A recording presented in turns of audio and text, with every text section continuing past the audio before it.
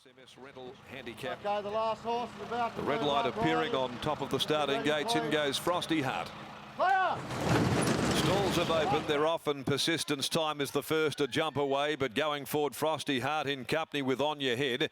Driving across Rayani after about 200, being followed back on the rails. Shadow Hunter getting fired up for Harv in the early stages. They're being followed over on the outside next of all by Armed and Ready as they leave the straight behind them. On the fence, Stairway to the Moon. Then came Deep Purple, followed further back by Hey Magic and Salvaged.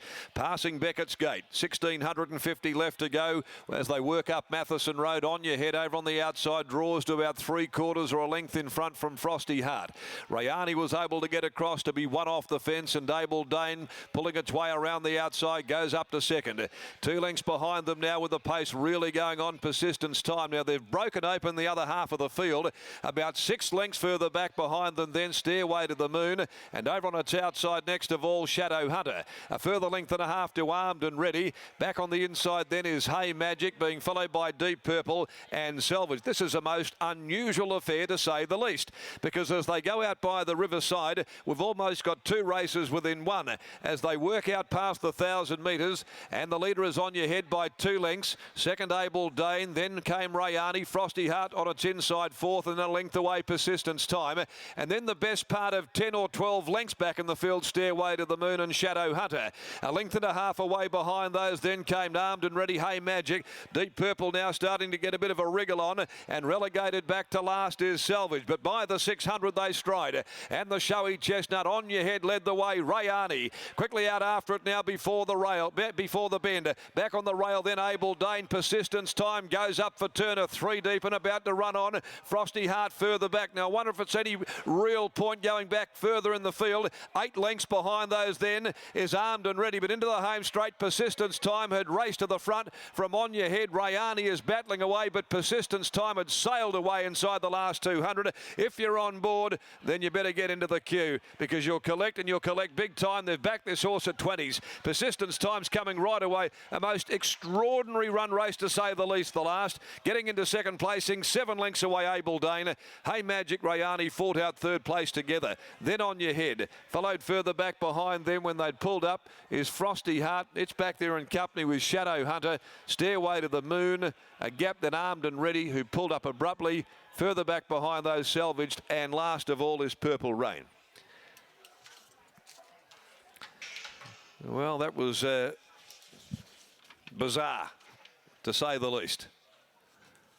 Number 11, Persistence Time. Troy Turner has won the last event of the day. 20s to 12s, and then back to $16. But rarely do we see a race run like that, where there are 2 distinct groups of horses with such a margin between them. Now, the time they haven't posted just yet, but that's going to be an interesting aspect of the whole story. Persistence Time by Blackfriars out of Glamacine. Got beaten 6.5 last start. Covered ground, was beaten a margin before then, and also prior to that in a 1300. Kenny Adams has certainly toughened it up with some racing lately. But this is won by panels and panels of fencing this afternoon, and takes out the last event in what turned out to be a canter. But as I say, it was just one of those extraordinary races that we see, with the first 5, then a gap of about a dozen lengths back to the next horse, and so on. 11, 4, 5 and 9. Able Dane second, Christy Bennett. Rayani Jason Brown held third in front of number 9 in Hey Magic. 2:15, 8, 9. That'll stand as a 21:50 record. So that's how hard they were going. 7.5 lengths, and a length and a half were the margins. Okay, let's go down to Brittany as she joins winning trainer Kenny Adams after the victory of Persistence Time, which has bolted in with the final event for the day. Britt. Well, you called it in the run, Darren, a bizarre race. Ken Adams joins me now. Ken, have you seen a race run like that before? It was a strange one, wasn't it? Yeah, well, 2 races, wasn't it? So, fortunately, we were in the right one. Lucky you were the winner of both. A really good performance here, and you were just mentioning off camera that you knew that he had it in him, that he's been working at home, but what was the difference today?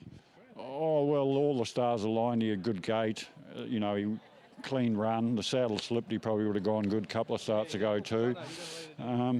But he's been working awesome and just not running well until today. And I knew one day he would do that. Thank God he did it. And today is the day, and some very happy connections here as well. Tell us about them. Are they some good friends? Oh, well, just a bunch that, we've stuck through him because he's a terrible horse. Days like this when you think he'll go good, he doesn't. And everybody walks away going, what are we, why are we still in this horse? But yeah, thankfully, persistence pays.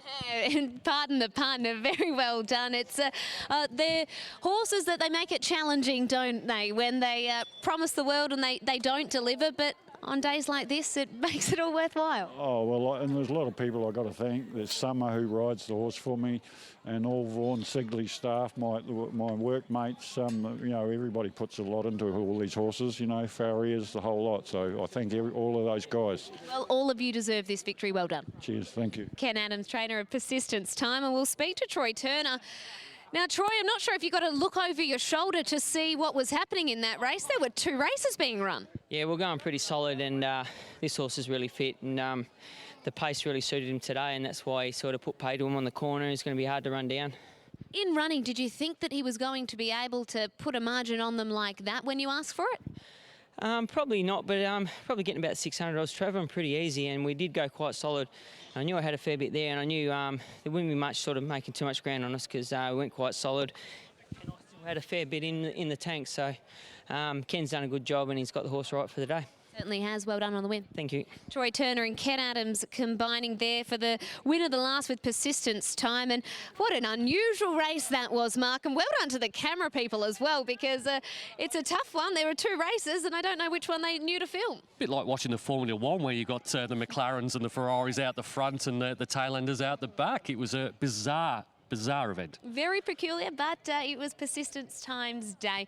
Great day of racing here on Saturday coming up. Really looking forward to that, and the Northerly looks to be a cracker. Certainly does. Man Booker looking to go back to back after winning at Belmont in the Birthday Stakes, and of course the Crawford Stakes as well, over the 1,000 metres, a cracker sprint.